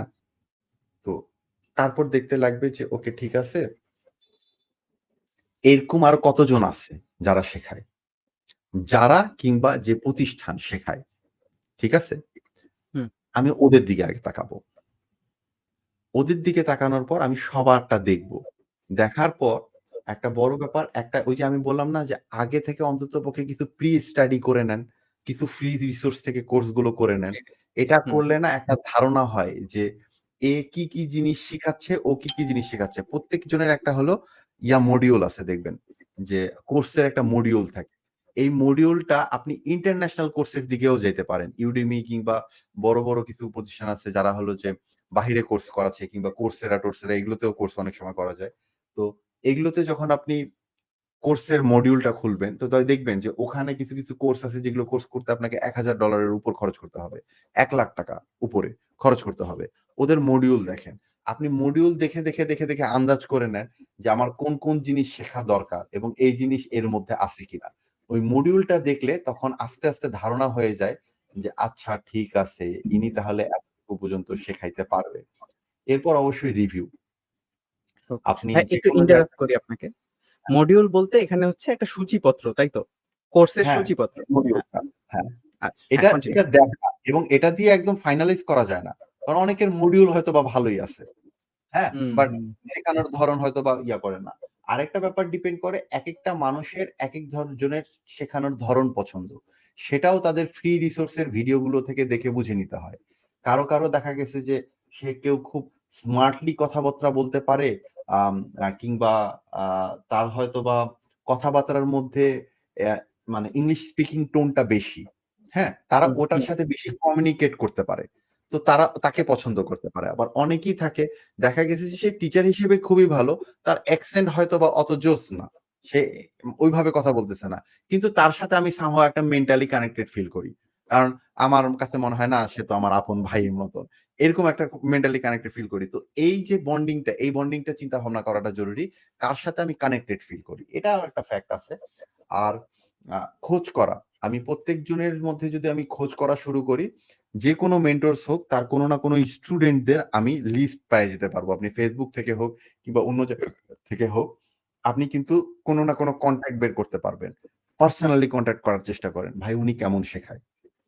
হুম, হুম, হতে পারে সে রিভিউ দিয়ে রাখছে খুব 5 স্টার। আপনি পার্সোনালি কথা বলতে যান, সে কিন্তু মোস্ট অফ দি কেস আমি এইসব ক্ষেত্রে আমি দেখছি যে এইসব ক্ষেত্রে মানুষজনের কাছে অনেস্ট অপিনিয়ন বেশি পাওয়া যায়। আপনি যদি হুম, হুম, পার্সোনালি রিচ করেন, মানে এইভাবে রিচ করেন, randomly নিজে রিসার্চ করে রিচ করেন। কিন্তু অমুক জনের পরিচিত, তমুক জনের পরিচিত এইভাবে যদি যান, তাইলে আপনি বায়াসড কমেন্ট বেশি পাবেন। হ্যাঁ, হ্যাঁ। Valid point. পার্সোনালি রিসার্চ করে যান, আপনি দেখবেন তারা খুব অনেস্ট কথাবার্তা বলবে। আমি এমনও পাইছি, ভাই আমি তো করছি, আমার সাথে তো সম্পর্ক খুব ভালো। কিন্তু ভাই আমি কাউরে সাজেস্ট করব না উনার কাছে করার। এরকম মানুষজন আছে। ঠিক আছে? হুম, আবার অনেকেই দেখা যায় খুব গঠনমূলক কথাবার্তা বলে। ভাই উনার আ কোর্স অনেক ইন ডিটেইল কিন্তু উনার কোর্সটা এত ভাই মানে জার্গন থেকে এত বেশি কিছু বুঝায় যে ভাই আপনি একেকটা ভিডিও হয় ১ ঘন্টা ১.৫ ঘন্টার করে। তো আপনি তো ভাই ওই জিনিসটা দেখতে গেলে ভাই প্রতিদিন ঘুম পায় আমার। এরকম একদম হুম, সরল, সরল মন্তব্য তার। ভাই আমার ঘুম পায়। আমি শেষ করতে আমার খুব কষ্ট হয়ে গেছে। তো এটা বুঝে দেখতে হবে যে আমার ভাই এরকম পছন্দ না। হুম, হুম, হুম। ওকে। তাহলে আপনার কথার যদি সাম আপ টানা যায় তাহলে এটাই যে প্রচুর পরিমাণে রিসার্চ করতে হবে, প্রচুর পরিমাণে স্টাডি করতে হবে। আর অবশ্যই যখ রিসার্চ সব জিনিসের পিছনে করা উচিত। আমি মনে করি। অবশ্যই। আর কোয়েশ্চেন করতে হবে খুবই। মানুষের মধ্যে মানুষ কিউরিয়াস মাইন্ড অবশ্যই সবথেকে বেটার হয়। কিন্তু কোয়েশ্চেন করার হ্যাঁ। ক্ষেত্রে আসলে মানে একটা কথা আছে। যেমন আমি যেহেতু মানে এসইও তে আছি। আমি এসইও তে একটা কথা বলি যে, যেই মানুষ সার্চ করার আগে কোয়েশ্চেন করে, এর এসইও ফিল্ডে আসা উচিত না। ঠিক আছে? ওকে, ওকে। হ্যাঁ, বুঝতে পারছি। আমি এই কথাটা বলি। কারণ এটা আবার আমি এখানে একটা ফ্যাক্ট বলব যে, এই স্কিল ডেভেলপমেন্ট কিংবা স্কিল সেক্টর গুলোতে যদি আপনি কথাবার্তা বলেন, এইসব জায়গায় না আ মানে অবাঞ্ছিত কোয়েশ্চেন করা থেকে নিজেকে একটু বিরত রাখা ভালো। আপনি যেকোনো কিছু একটা কোয়েশ্চেন করতে চান, আপনি অবশ্যই যায়া দেখবেন যে এটার অলরেডি গুগল-টুগল সবকিছুতে রিসোর্স আছে। হ্যাঁ? হুম। এবং যেহেতু আমার ব্যক্তিগত অভিজ্ঞতাতে আমি দেখি প্রচুর মানুষ প্রচুর ধরনের কোয়েশ্চেন করে। ইনফেক্ট কিছু সিলি কোয়েশ্চেন আছে যেটা মোটামুটি সবাই করে। হ্যাঁ? এবং এই কোয়েশ্চেন গুলো আসলে করলে তখন দেখা যায় কি যে সবারই অনেক আগ্রহ আছে। ফ্রিল্যান্সিং টিলেন্সিং এসব স্কিলগুলো নিয়ে তো মানুষজনের আগ্রহ অনেক আছে। অসংখ্য কোয়েশ্চেন করে। এই কোয়েশ্চেনের উত্তর দেওয়াটা অনেক সময় দেখা যায় যে আপনি একটু বোর ফিল করবেন। এই একই কথা কি জিজ্ঞেস করে? তো এখানে দেখা যায় যে যেহেতু অনেক মানুষ অনেক ধরনের কোয়েশ্চেন করেই, আপনি যদি আপনার কোয়েশ্চেনটা একটু প্রিসাইজ হয়, আপনি কোয়েশ্চেন করার আগে অলরেডি একটু রিসার্চ করছেন। তখন দেখবেন আপনার কোয়েশ্চেন গুলো আর বিগিনার লেভেলের কোয়েশ্চেন থাকবে না। আপনি হুম, কোয়েশ্চেন হুম, করতেছেন কোন একটা নির্দিষ্ট ফ্যাক্টে, স্পেসিফিক কোয়েশ্চেন করতেছেন। এই কোয়েশ্চেন করাটা আপনার মেন্টরের সাথে আপনার যে মানে র‍্যাপো বিল্ড আপ যেটাকে বলে, এটা বিল্ড আপ এর ক্ষেত্রে খুব ভালো কাজে দেবে। আমার কিছু স্কুলেও আপনি দেখবেন কথায় কোয়েশ্চেন করে। কিন্তু কিছু স্টুডেন্ট আছে যারা এমন কোয়েশ্চেন করবে যে কোয়েশ্চেন করার সাথে বুঝতে পারবে যে টিচার ইমপ্রেসড হইছে। কারণ হুম, হুম, এই ধরনের কোয়েশ্চেন সে সব জায়গা থেকে পায় না। সো মানুষজনের উচিত ওই কোয়েশ্চেন করার ক্ষেত্রে আগে একটু রিসার্চ করে নিয়ে তারপর কোয়েশ্চেনটা করা। তাহলে যেটা দেখা যায় যে আপনি এমন কোয়েশ্চেন করবেন যেটা আপনার সম্বন্ধেও আরেকটা মানুষজনকে ভালো মানে আপনি আসলেও জানার জন্য তখন কোয়েশ্চেন করবেন। হুদাই র‍্যান্ডমলি কোয়েশ্চেন করবেন না। তো যে রিসার্চ করে সে বোঝা যায় যে সে জানার জন্য আসলে এটা করতেছে। তো এই এটা একটা ফ্যাক্ট মনে হইলো আমার জাস্ট মানে র‍্যান্ডমলি শেয়ার করার। এজন্য বললাম আরকি। ঠিক আছে, একদমই ঠিক আছে। ওকে। তো সময় অনেক হয়ে গেছে। তারপরেও আমি লিডারশিপ জিনিসটা একটু টাচ করতে যাচ্ছি। আমরা ৫৮ মিনিট অলরেডি কথা বলে ফেলছি। তারপরেও আমি লিডারশিপ ব্যাপারটা একটু টাচ করতে যাচ্ছি। আচ্ছা, লিডারশিপ এর ব্যাপারে আসার আগে আমি একটু চাচ্ছি যে আ আমি যদি একটা বিজনেসম্যান হই, আমার এসইও সম্পর্কে কোনই ধারণা নাই। বাট আমাকে একজন এসইও পারসন কে হায়ার করতে হবে। তো হুম। আমার কি করা উচিত বা হায়ার করার ক্ষেত্রে? আমাকে দেখা উচিত এবং আমাকে হায়ার করা উচিত। আমি তো এটাই বলব ভাই। আমি এসইও প্রফেশন আছে আমি আর কি বলব বলেন। ঠিক আছে? এমনি চোখ বন্ধ করেন, আমাকে বিশ্বাস করেন, আমাকে হায়ার করেন। এরকম ধরেন আমার কথাবার্তা বলব বাজেট ধরেন না। খুবই কম। আপনাকে এফোর্ড করতে পারব এটা না। এটা বিজনেসম্যান এন্ড থেকে আসলে বলাটা সেটা হলো যে না, আমি আপনাকে এই প্রশ্নটা করলাম কেন? কারণ অবশ্যই আমি কাউকে যখন যদি করতে দিতে হয়, আপনাকে সবার ১ম এ চেক করতে হবে এবং তাকে জিজ্ঞেস করে তাকেই বলতে হবে প্রয়োজনে যে আপনি আপনার ট্র্যাক রেকর্ড দেখান। আপনি রেজাল্ট রাইট। ওরিয়েন্টেড কিনা। তো আপনার কেউ যদি যখন করবে তখন তাকে দেখাইতে হবে যে আমি এই রেজাল্ট অলরেডি আনছি। এরকম মানুষজনকে হায়ার করাও সবথেকে বেস্ট। এরপরও ব্যাপার আছে কি এই কথাটা যদি আবার আপনি বলেন, তাহলে তো যারা নতুন শুরু করতেছে এরা তো জীবনেও কি তাহলে কাজ হ্যাঁ, পাবে না? এটা একটা ব্যাপার আছে না? তো হ্যাঁ। কিন্তু বিজনেস ওনার এর এন্ড থেকে তার রেজাল্ট ওরিয়েন্টেড মানুষজনই নেওয়া উচিত। কিন্তু বিজনেস ওনারের একটা জায়গা কি এন্টারপ্রেনিউররা মানে এন্টারপ্রেনিউরদের ব্রেইন অনেক ডিফারেন্ট ওয়েতে কাজ করে। এভাবেই যদি সবসময় হইতো তাহলে অসংখ্য এন্টারপ্রেনিউর তৈরিই হইতো না। ঠিক আছে? হুম, হুম, হুম। তো এক্ষেত্রে আসলে এন্টারপ্রেনিউর কিভাবে সিলেক্ট করবে এটা তার ব্যাপার। সে সবসময় নিজের প্রফিট এর দিকে স্ট্রিক্ট থাকে তো কোন না কোনভাবে সে রাস্তা তৈরি করে নিবে ইনশাআল্লাহ। হুম। ওকে। আমি এই প্রশ্নটা করার পেছনে ২ টা কারণ ছিল বড়। একটা হচ্ছে যে আমার কিছু ক্লায়েন্ট ছিল যাকে আমি ছেড়ে দেওয়ার পর আমি যখন অফিস জব জয়েন করলাম, ওরা ১ মাস পরে আমাকে কল করে বলছিল, "আমি আরেকজনকে হায়ার করছিলাম। সে তো আমার টাকা-পয়সা খায়া দিছে। সে কাজের কাজ কিচ্ছু করে নাই।" তো তারা আ মানে এটা করার পেছনে কারণ এটাই যে আ একটা ক্লায়েন্টের পার্সপেক্টিভ থেকে সে আসলে কি দেখে হায়ার করবে? এখন তারও একটা এসইওর সবচেয়ে বড় কনফিউজিং ব্যাপারটা আসে এখানে যে সময় লাগে রেজাল্ট আনতে। আবার সে যে আসলেই কাজ করতেছে কিনা এটাও বোঝার আমার কোনো ওয়ে নেই ক্লায়েন্টের দিক থেকে। কারণ আমি তো জানি না এসইও কি। আমি জাস্ট তাকে হায়ার করে ফেলছি। তো এইটা আসলে কিভাবে ব্যালেন্স করাটা উচিত? যে ক্লায়েন্টের পার্সপেক্টিভ থেকে। এইটা বলার আরেকটা বড় কারণ হচ্ছে যে আমি যে বিগিনার দিক নিয়ে কথা বললাম, এজ এ ফ্রেশার সে যখন সবকিছু কমপ্লিট করে আ একটা পর্যায়ে আসে যে হ্যাঁ, now I am good to go. তখন আসলে সে যে জব বা যে যেকোনো কিছুতেই কাজ করতে যাবে দেখবে যে ২ বছর ৫ বছরের এক্সপেরিয়েন্স লাগবে। তো ওই ব্যাপারটা ওই ব্যাপারটার জন্যও আসলে এই প্রশ্নটা আস্ক করা। যখন আপনি বিজনেস মাইন্ড দিয়ে চিন্তা করবেন তখন আপনি অবশ্যই এক্সপেরিয়েন্স খুঁজবেন। কিন্তু আ বুঝতেই তো পারছেন যখন রিয়াল ফিল্ড এ আসা হয় তখন আসলে ২ টা ফ্যাক্টই কাজ করে। একদিকে যেরকম যে মানুষজন যখন একটা বিজনেস ওনার কি দেখে চিন্তা করবে, এটা চিন্তা করার ক্ষেত্রে যেমন তারা মাঝে প্রতারিত হচ্ছে, সেটা হলো নতুন মানুষজনকে অপরচুনিটি দিতে চায়। আবার হুম, আরেক দিকে আছে যে যেটা আবার একজন এসইও এক্সপার্ট এর অ্যাসপেক্ট এ যদি চিন্তা করা হয়, তাহলে সবাই যদি এরকম ৫-৬ বছরের এক্সপেরিয়েন্স চায় বেড়ায়, তাহলে একটা নতুন মানুষ কিভাবে এই জায়গায় এন্ট্রি নেবে? তাই না? তো এক্সাক্টলি। যেমন আমি না মানে কোন ধরনের সেভাবে স্কিল ওইভাবে গেইন না করেই আমি এখন ক্লায়েন্ট জেনারেট করব আর কাজ করব। আমার কাছে মনে হয় এটা একটা বিলাসিতা স্বপ্ন। আমার কাছে এই জিনিসটা আমি আসলে খুব বেশি সাপোর্ট করতে পারি না। কজ অবভিয়াসলি আপনার আগের প্রিয়র এক্সপেরিয়েন্স লাগবে। আপনি অলরেডি বিজনেস কেমনে রান করতে হয়, এই স্কিল সেটটাকে কিভাবে গোছাইতে হয়, এটা তো অবশ্যই একটা প্রিয়র এক্সপেরিয়েন্স লাগবে। তো যারা শুরুতেই চিন্তা করতেছে যে আমি জাস্ট হ্যান করব, ত্যান করব, আমি বিজনেসম্যান হয়ে যাব। আমি এই চিন্তাটাকে খুব বেশি মজা পাই না। মানে আমার এই চিন্তাটা খুব বেশি রিয়ালিস্টিক মনে হয় না। আমার কাছে মনে হয় আগে এই স্কিলটা ভালো মতন গেইন করা উচিত। গেইন না করে আমি সিম্পলি আমি একটা বিজনেস মডেল দাঁড় করলাম, এভাবে কাজ করলাম অ্যান্ড তারপর আমি এরকম ইনকাম করব। এই চিন্তাটা আমার কাছে মনে হয় না। একটা মানুষের অবশ্যই টিমের সাথে কাজ করার এক্সপেরিয়েন্স থাকা উচিত। কারণ এসইও একটা জিনিসের উপর ডিপেন্ড করে না। এসইওর সাথে, সাথে পুরো ডিজিটাল মার্কেটিংটাই এরকম একটা জিনিস। যে এখানে একটা মার্কেটিং আরেকটা মার্কেটিং এর উপর ডিপেন্ড করে। আর এটা রেজাল্ট ওরিয়েন্টেড একটা মার্কেটিং জিনিস। সো রেজাল্ট আনাটা জরুরি। রেজাল্ট আনার জন্য এটাই প্রয়োজন পড়ে যে আমার একটা জিনিস আরেকটা জিনিসের সাথে যেগুলো জড়িত এগুলো ঠিকঠাকভাবে গোছানো হচ্ছে কিনা। তো এরকম একটা জায়গায় আসলে একটা মানুষ না শিখেই ১ম এ চিন্তা করবে যে আমি হ্যান করে ফেলবো, ত্যান করে ফেলবো। এটা খুব একটা জমে না আমার। এই চিন্তাটা আমার জমে না। আর আরেকটা যেটা আছে সেটা হলো যে আ বিজনেস ওনাররা কিভাবে আসলে সিলেক্ট করবে। আ বিজনেস ওনারদের একটা বড় পয়েন্টটা হলো কি যে এটা আসলে ফ্যাক্টও যে তাদের কাছে অনেক সময় বাজেট যেটা থাকে কিন্তু এক্সপেরিয়েন্সড একটা প্রফেশনালকে বা হায়ার করতে গেলে যে তার টাকাটা দরকার পড়ে, এই টাকাটা দেখা যাচ্ছে এখানে একটা অসামঞ্জস্য থাকে। তখন তার কাছে আসলে খুব বেশি একটা ওয়ে থাকে না এই জিনিসটা করার। বুঝতে পারছেন? যে আ অ্যাকচুয়ালি কি সহজ সিস্টেম। আপনি সার্চ করেন একটু, দেখেন যে কারা আসলে রেজাল্ট এনে দিতে পারে, যাদের প্রুভেন ট্র্যাক রেকর্ড আছে। হ্যাঁ? এরপর আপনি হুম, তাকে হায়ার করেন। কিন্তু তাকে হায়ার করার ক্ষেত্রে মেইন ইস্যুটাই আসবে হলো বাজেটের সমস্যা তাদের। হুম, হুম, হুম। এজন্যই তো আসলে মানুষজন ফ্রেশারদের কাছে যাবে। ফ্রেশারদের এখন কাছে যায়। ফ্রেশারদের কাছে কিংবা সেমি প্রোদের কাছে কিংবা এমন কারো কাছে যারা তো সেই পরিমাণে ট্র্যাক রেকর্ড নাই। তাদেরকে চুজ করার ক্ষেত্রে সে তখন কি করবে?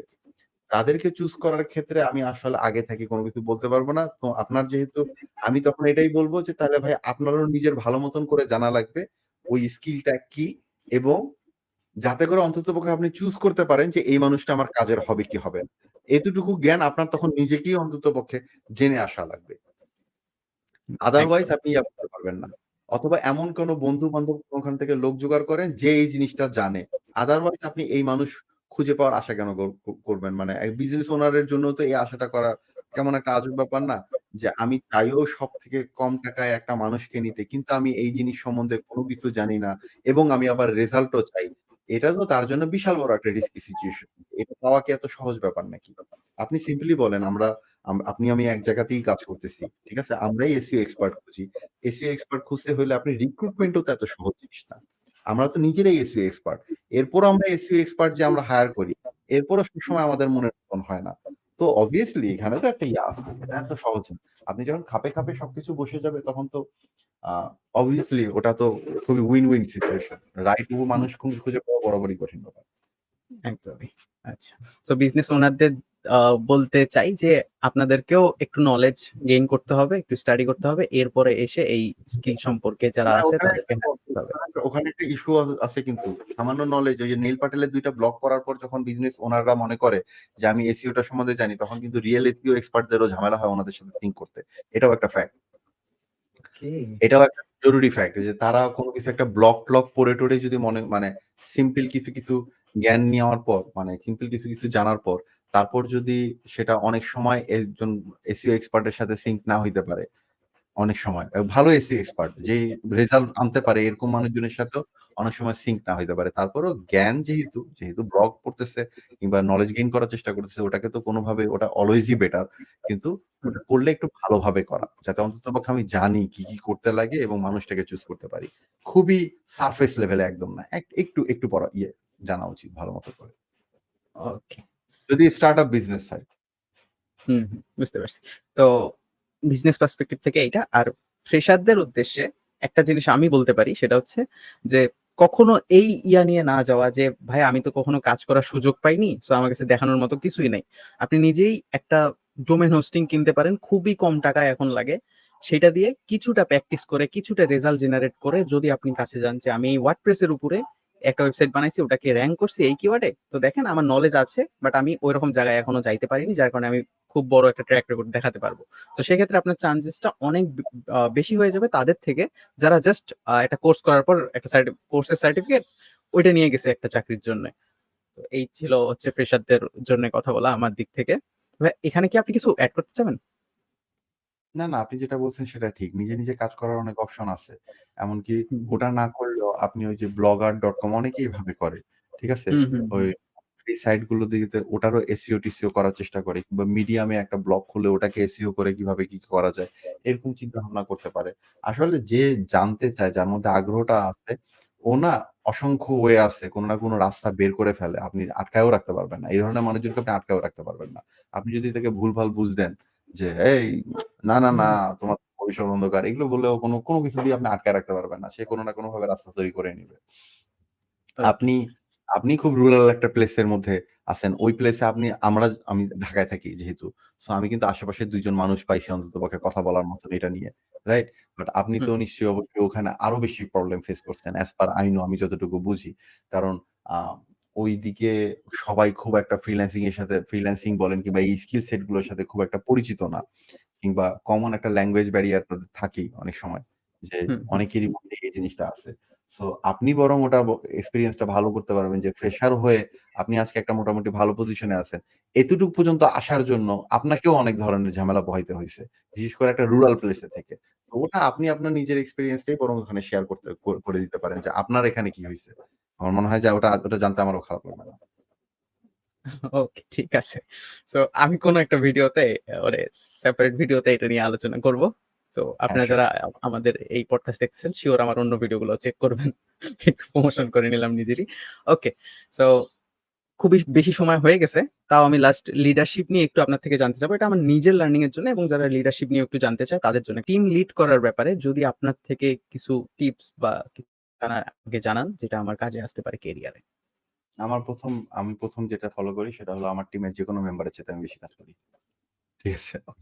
ওকে। আমি ফলো করি। এটা আমার কাছে মনে হয় হয়তোবা আমি আমার মধ্যে এখনো অনেক মানে আমি লিডারশিপ কোয়ালিটিটা হয়তোবা আমার মধ্যে ওই পরিমাণে এখনো নাই। এই কারণে আমি হয়তোবা এটা করি। আর আমি যেটা করি সেটা হলো যে আমার কাছে যেটা মনে হয় লিডারশিপ কোয়ালিটির সবথেকে বড় ব্যাপার হলো যে আপনার টিমমেটরা যদি আপনার উপর এই ট্রাস্টটা না থাকে যে উনি আছে, উনি আমাদের সামনে, উনি আমাদের পিছনে আছে। এই ভরসাটা যদি আমার টিমমেটদের মধ্যে কখনো না হয়, তাহলে লিডারশিপ কোয়ালিটিটা হয় না। ওকে। এটা সবথেকে বড় পয়েন্ট। ২য় পয়েন্টে আরেকটা জিনিস আসবো যে অবশ্যই আপনাকে আপনার টিমমেটদের ব্যাপারে খুবই কি বলা যায়? কম্প্যাশনেট হইতে হবে। আপনাকে তাদেরকে বুঝতে হবে। হ্যাঁ? সবার সব জায়গায় স্ট্রেংথ থাকে না। অ্যান্ড সবাই কোনো না কোনো জায়গায় নিশ্চয়ই ভালো হইতে পারে। তো আ এইটা কখনো একবারে আমি আসলে লিডারশিপ নিয়ে বলার মতন এখনো আমার মনে হয় না যে আমার ওই পরিমাণে এক্সপার্টিস আছে। বাট যতটুকু মানে লিড দিতে চাই যতটুকু বুঝি বা এসইও ইন্ডাস্ট্রিজ এ লিড দিতে চাই যতটুকু বুঝি, সেটা বুঝি যে প্রত্যেকটা মানুষের আলাদা, আলাদা কোনো স্ট্রেংথ থাকতে পারে। কোন মানুষের ব্যাপারে ওই সবসময় ওভারঅল এসইও নিয়ে চিন্তা করে কিংবা সবসময় ওভারঅল সবকিছু নিয়ে চিন্তা করে এই ডিসিশনে আসা যে না, ওরে দিয়ে হবে না বা ওর পারতেছে না। এই এই জিনিসগুলো না চিন্তা করে প্রত্যেকের স্ট্রেংথ টা খোঁজার পিছনে একটু সময় দেওয়া উচিত। কারণ প্রত্যেকটা মানুষের স্ট্রেংথ থাকেই। কারণ ওইভাবে হইলে আপনার কাউকে দিয়েই ভালো লাগবে না। কোন টিম মেম্বারকে দিয়ে আপনার ভালো লাগবে না। প্রত্যেকের স্ট্রেংথ পয়েন্টটা খুঁজে তাকে ওই জায়গাটায় এম্পাওয়ার করা। যে তাকে ওই জায়গায় বুস্ট করা যে, "ভাই এই জায়গাটা তোমার ভালো করতে হবে।" এবং অবশ্যই সেখানে স্ট্রিক্ট হইতে হবে, কখনো সফট হইতে হবে। এটার একটা কম্বিনেশন থাকতে হবে। যেটা খুবই কঠিন স্কিল আমি মাস্টার করার চেষ্টা করি বাট জানি না কতটুকু করতে পারি। আপনারা ভালো বলতে পারবেন যারা আমাকে দেখেন। না ভাই, তো আপনি অনেক ভালো কাজ করতেছেন। আ যদিও এটা আমার ওরকম ইয়ে নাই লিডারশিপ নিয়ে। তারপরেও বিলিভ করতে আপনার পারি না। আন্ডারে কাজ করে খুবই ভালো থাকতে পারি। ওই জিনিসটা আমার কাছে মনে হয় যে একটা মানুষের মানে লিড করার ক্ষেত্রে যেহেতু স্কিল আ এই স্কিল সেট নিয়ে যারা কাজ করতেছে, যারা স্কিল বেসড কাজ করতেছে, প্রফেশনে আছে, তাদের জন্য আসলে সবারই কম বেশি অন্ততপক্ষে টিম লিড করতে হয়। নয়তো মানে ছোট, ছোট সেক্টরে হইলেও এই কাজগুলো ইমপ্লিমেন্ট করতে হয়। তো এইসব ক্ষেত্রে মানুষের ব্যাপারে এই জিনিসগুলো চিন্তা করা যে সরি সেটা হলো যে এই জিনিসটা চিন্তা করা যে প্রত্যেকটা মানুষের স্ট্রেংথ আছে। তার স্ট্রেংথ টা খুঁজে বের করে তাকে ওই জায়গাটায় এম্পাওয়ার করা। হুম, আরেকটা জিনিস আছে মানে আমি যেটা ফলো করি স্কিল মানে লিডারশিপ এর ক্ষেত্রে নিজে অনেস্টি খুব ভালো মতন মেইনটেইন করা এবং কোন ধরনের ডিসঅনেস্টি অ্যালাউ না করা। আমি এটা আমার ব্যক্তিগতভাবে করি। আমার কাছে পুরা টাস্ক অনেক কঠিন হয়ে যায় যদি সেখানকার মধ্যে ডিসঅনেস্টি থাকে। হইতে পারে একটা মানুষ খুব ভালো কাজ করে। হ্যাঁ? সে কাজ খুব ভালো করতে পারে। বাট সে ডিসঅনেস্টি পুরা সিস্টেম ব্রেকডাউন হয়ে যায় আমার কাছে মনে হয়। তো ওই জায়গাটা এনশিওর করা। একটা মানুষ যদি অনেস্ট হয় তখন দেখা গেছে যে তাকে দিয়ে আপনি সে যেটা বলতেছে সে সেটা করতেছে। এই জিনিসটাতে যখন আপনি ঠিক থাকতে পারবেন তখন লিড করাটা একটু ইজিয়ার হয়ে যায়। ঠিক আছে? অন্ততপক্ষে একটা গ্র্যাব থাকে। আর যখন মানে অনেস্টি থাকে না, তখনই মানে পুরা জিনিসটা অনেক পেঁচায় যায়। অনেক পেঁচায় যায়। তো ওই এবং অনেস্টি তো আপনি একটা মানুষকে শুধু বলে শিখাইতে পারবেন না। আমাদেরকেও তো ছোটবেলায় অনেক শিখাইছে। বাট সবথেকে বেশি মিথ্যা কথা আমার বাবা-মার সাথেই বলছি। আমি অন্ততপক্ষে তো বলছি। সবাই বলে না। বাট আমি তো প্রচুর বলছি। ঠিক আছে? অনেস্টির ব্যাপারে ভাষণ আমাকে আমার ফ্যামিলি থেকে সবথেকে বেশি দিছে। খুব স্বাভাবিক। সবাইকেই দেয়। কিন্তু অনেস্টিটা ওইভাবে বলাটা না। অনেস্টিটা হইলো যে ওই অনেস্টির কালচারটা একটা অন্ততপক্ষে এস্টাবলিশড করা। যে আমি অনেস্ট, আমি আমার বসদের সাথে অনেস্ট, আমি আমার টিমমেটদের সাথে অনেস্ট অ্যান্ড টোটাল জিনিসটার মধ্যে ট্রান্সপারেন্সি মেইনটেইন করা। এই জিনিসটা যখন একটা কালচার অন্ততপক্ষে একটা হ্যাবিট যখন গড়ে তোলা যায়, তখন টিম লিড করা, লিডারশিপ ইয়াগুলো করা অনেক সহজ হয়ে যায়। অ্যান্ড এক্ষেত্রে অবশ্যই আপনাকে আপনার যেকোনো বিপদ-আপদে আপনাকে আপনার টিমমেটদের সামনে দাঁড়াইতে হবে। বিপদ আপনাকে ক্রস করে তারপর ওদের কাছে যাবে। সো ওই জিনিসটা করতে হবে। এই জিনিসটা এই ভরসাটা না দিলে মানুষ আসলে মানে না। একদমই। আচ্ছা ভাইয়া টিম আ লিডারশিপ নিয়ে আমি যদি একটু বলতে চাই, জাস্ট চোখের সামনে এক্সাম্পল আছে। আমি যখন পডকাস্ট করব বললাম ভাইয়াকে, এবং ভাইয়াই আমার চেয়ে বেশি এক্সাইটেড ছিল ওই সময়টাতে, এবং কোনো চিন্তা ভাবনা ছাড়াই ভাইয়া বলছিল যে, "ঠিক আছে আমি আসবো তোমার পডকাস্টে। তুমি একটা জিনিস শুরু করো।" সো একজন টিম লিডার যখন কোনো একটা মেম্বারকে এইরকম সাপোর্ট দেখায়, যেটা এসইওর ইয়াতেও না, তো ওই জায়গাতে যে জিনিসটা তৈরি হয় ভাইয়ের সাথে, সেটা আমি বলে বুঝাতে পারবো না আসলে, যে এইরকম সাপোর্টিভ লেভেল। ইভেন আচ্ছা আমরা আচ্ছা অনেক সময় সামনাসামনি এগুলো না বলাই ভালো। কারণ এগুলো খুব স্টুপিড পাম্পট্টি। মোটামুটি সব জায়গায় সবাই সবাইকে দিতেই থাকে। ঠিক আছে? তো সামনাসামনি এইসব ব্যাপারে না বলাটাই ভালো। আ না নতুন কোনো কিছু কেউ শুরু করলে আসলে খারাপ লাগবে না। কারণ তোমার ফার্স্ট সুযোগে আমারও এই যে পডকাস্টের মধ্যে আসার সুযোগ হইছে। তো ব্যাপারটা খারাপ কি? আসলে মানুষজনের আসলে করা উচিত। এখন তো আসলে মানে ভিডিও কনটেন্ট এর জামানা। তো হুম, হুম। সবাই তো কম বেশি আসতেছে। তো ফাঁচুকি জিনিসপত্রের বদলে কাজের জিনিসপত্র নিয়ে যদি কেউ কোন কিছু তৈরি করে তাহলে আই থিংক যে ওই কনটেন্ট গুলো বরং বেটার। ওকে। আচ্ছা, তো অনেক সময় পার করে ফেলছি আমরা। আমি আ শেষ করতে চাচ্ছি পডকাস্ট। আমি আ কিছু কথা বলে নেই। এরপরে আপনার লাস্ট কোনো কথা থাকলে ওটা শুনে আমি শেষ করে দেব। সো আমি ১ম এই যেটা বলতেছিলাম যে আপনার সাপোর্টিং এর জন্যে, এবং আপনি শুরুতেই বললেন যে এটা অবশ্য মানে মুখের সামনে না বলতে পাম্পট্টি হয়ে যাবে। তো এইটা নিয়ে একটু এলাবোরেট না করি। শুধু এইটুকুই অডিয়েন্সদের উদ্দেশ্যে বলতে চাই যে একটা মানুষ তার আজকের দিন থেকে সময় বের করে আসছে কথা বলতে, এবং আপনি যদি খেয়াল করে থাকেন, সে কিন্তু তার কোনো কোর্স প্রমোট করতে আসে নাই। তাকে কোনো কিছু তো করতেই আসে নাই। তার যে ভ্যালুয়েবল লেসন গুলা ছিল, বা তার যে যতটুকু জ্ঞান ছিল সেটুকুই এই পডকাস্টে ঢেলে দিছে। অ্যান্ড এখান থেকে তার গেইন ও কিছু নাই। এই পডকাস্ট থেকে যদি আমি টাকা ইনকামও করি, আমি সিউর ভাইয়াকেও মানে আমি কিছু দিতে হবে না, এবং আমার এখান থেকে কোনো টাকা-পয়সা আসবেও না। ভাইয়া এইভাবে এসে আ এইটুকু সময় দিল। এইটুকু বলতে এতটা সময় দিল, এবং ভাইয়ার যতটুকু ছিল ভাইয়া অ এই নলেজ গুলো শেয়ার করছে, সেটার জন্যে অনেক কৃতজ্ঞ আমি। অ্যান্ড আই থিংক অডিয়েন্স ও আপনার প্রতি অনেক কৃতজ্ঞ থাকবে। সো থ্যাংক না ইউ ভাইয়া। এখানে কমন ইন্টারেস্ট থাকে কিন্তু আসলে। হয়তোবা খুব মানে নিঃস্বার্থভাবে জিনিসটা প্রেজেন্ট করলেন আপনি। বাট এখানে কিন্তু কমন ইন্টারেস্ট থাকে। কারণ পডকাস্ট মোটামুটি একটা একদম পরিচিত কালচার। সো এখানে মানুষজন নিজেদের পার্সোনাল এক্সপোজার এর জন্য হইলেও কিন্তু মানুষজন আসে।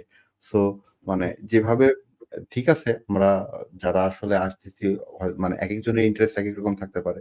হয়তোবা আমার পার্সোনাল এক্সপোজার এর ইন্টারেস্ট নাই কিংবা আছে ২ টাই থাকতে পারে। বাট মানে কিন্তু আছে, পয়েন্ট কিন্তু আছে, ফ্যাক্ট কিন্তু আছে। সো এখানে নাথিং ইজ আসলে ফ্রি আসলে। বিজনেস ওয়ার্লড এভাবেই চলে। প্রত্যেকটা জিনিসের একটা পাল্টা আউটকাম অবশ্যই থাকে। সো এটা কমন একটা ব্যাপার। অসংখ্য মানুষজন আ এটা করেই। Okay. But so anyway thank you hmm, যে আমাকে হুম। পডকাস্টে আপনি এভাবে ইনভাইট করছেন। তাও ১ম পডকাস্টে। ঠিক আছে? আমার নিজেরও আসলে পডকাস্টে কথা বলার অত্যন্ত কোন ধরনের অভিজ্ঞতা নেই। তো থ্যাংক ইউ। যদি কোন কিছু কথাবার্তা কারো কাজে লাগে তাহলে তো ভালো। আলহামদুলিল্লাহ। ওকে। যারা এই পডকাস্টটা দেখবেন, ভাইয়াকে যদি ইভেন সামনে কোনো পডকাস্টে দেখতে চান, সো কমেন্ট করে দিয়েন। সেই কমেন্ট গুলো দেখায় ভাইয়াকে আরো একবার টানে আনবনি। আর কেউ যদি এই পডকাস্টে আসতে চান, আমার সাথে বসে কথা বলতে চান, স্ক্রিনে একটা মেইল হয়তোবা আসতেছে। সেই মেইলে আপনি মেইল করতে পারেন। জাস্ট কিছু রিকোয়ারমেন্ট থাকবে। আপনাকে কোনো একটা ফিল্ডের এক্সপার্ট হইতে হবে বা ওই ফিল্ডে আপনি কাজ করেন। সেই ফিল্ডের অথরিটি নিয়ে আপনি কথা বলতে পারবেন। সো এমন কেউ প্লিজ আসেন না যে ভাই আমি কিছুই করি না বাট আমি পডকাস্টে আসতে চাই। এমন কেউ প্লিজ মেইল-টেইল করিয়েন না। তো থ্যাংক ইউ। ভাইয়াকেও আরেকবার থ্যাংক ইউ। সো আমরা শেষ করি। সবাই ভালো থাকবেন, সুস্থ থাকবেন। দেখা হবে আবার সামনে নতুন ভিডিও এবং পডকাস্ট নিয়ে।